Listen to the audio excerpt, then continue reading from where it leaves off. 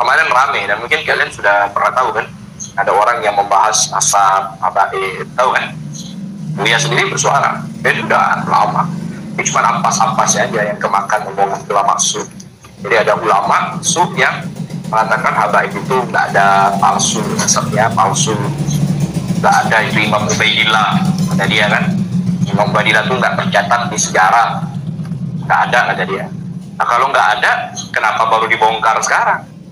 Jadi gini Bib, ulama-ulama lokal yang sekarang ini menginginkan bahwa umat Islam itu punya perilaku akhlak yang baik. Nah, sementara di zaman sekarang ada orang yang mengaku keturunan Rasulullah, tetapi perilakunya benar-benar sangat bertolak belakang dengan ajaran Rasulullah, dengan akhlak Rasulullah. Padahal dia sendiri mengakui bahwa dirinya itu adalah keturunan Rasulullah. Nah, ulama inilah yang akhirnya menimbulkan pertanyaan, apakah benar orang itu adalah keturunan Rasulullah? Karena ulama-ulama lokal menganggap bahwa darah Rasulullah itu suci.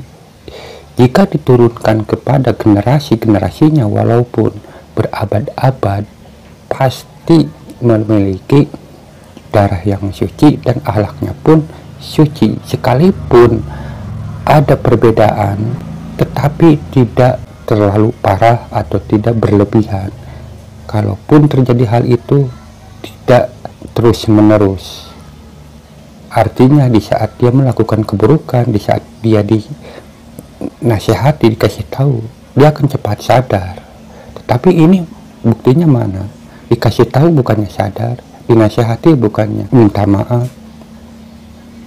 Maka inilah menjadi pertanyaan, menjadi aneh, sehingga ulama-ulama sekarang yang merasa terusik akal pikirnya akhirnya ingin mencari tahu.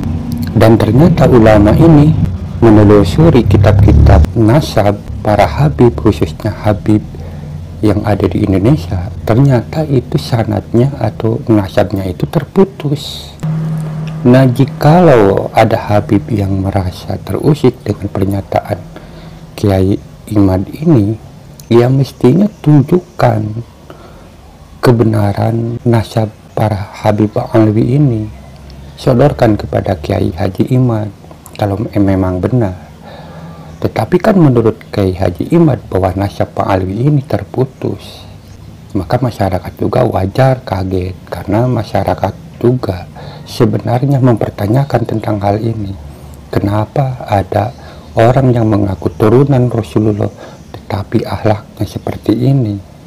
Karena masyarakat tidak memiliki kapasitas untuk meneliti hal-hal ini. Jadi Allah menurunkan atau Allah memerintahkan kepada kiai-kiai yang memiliki kapasitas, yang memiliki keberanian, kemauan untuk meneliti nasab-nasab Alwi ini. Karena memang ini harus dan ini wajib.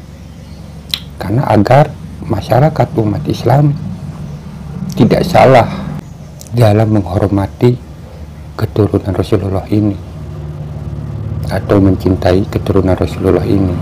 Menurut saya pribadi, kemungkinan jika para habib yang mengaku habib, jika perilakunya baik-baik saja, pasti ulama-ulama sekarang ini tidak akan mengusik atau meneliti keabsahan para habib ini. Karena bagi para kiai yang ada di Indonesia pasti tidak akan mempermasalahkan tentang nasab. Yang dipermasalahkan adalah akhlaknya. Sekalipun bukan nasab Rasulullah, hanya sekedar kiai biasa, jika orang itu mengaku kiai ulama tetapi akhlaknya buruk, maka kiai-kiai lokal akan mempertanyakan tentang kekiaiannya. Kok kiai berperilaku buruk? Pasti akan diusut.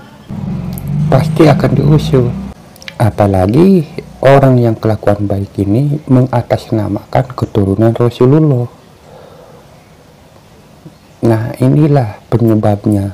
Jadi jika Habib bertanya kenapa ulama sekarang mau mempermasalahkan tentang nasab para Habib, ya karena itu, karena kelakuan. Seharusnya para Habib yang lain kalau melihat perilaku Habib yang lain buruk, mestinya dinasihati.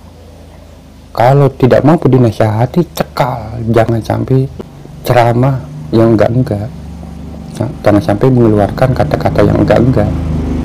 Di sini saya sebagai umat mengharapkan jikalau Habib yang ada di Indonesia ini, yang keturunan Pak Alawi ini, jikalau benar, buktikan kebenarannya agar umat bisa benar-benar tidak salah mencintai turunan Rasulullah. Tetapi jika tidak bisa membuktikan atau merasa salah, ya harus jujur. Jangan mempertahankan nasab yang bukan nasabnya, seperti itu. Dan saya juga berharap kepada umat, khususnya NU yang mencintai Rasulullah, keturunan Rasulullah, lihatlah akhlaknya. Siapapun akhlaknya, mau nasab apapun, kalau baik, cintailah. Karena Rasulullah sudah jelas, siapapun orangnya, jikalau orang itu beriman dan patuh kepada Rasulullah, maka itu adalah ahlul baitku. Itu kata Rasulullah. Tetapi jika keturunannya memiliki kelakuan yang buruk, yang menyimpang dengan akhlaknya Rasulullah, maka terputuslah ahlul baitnya. Assalamualaikum warahmatullahi wabarakatuh.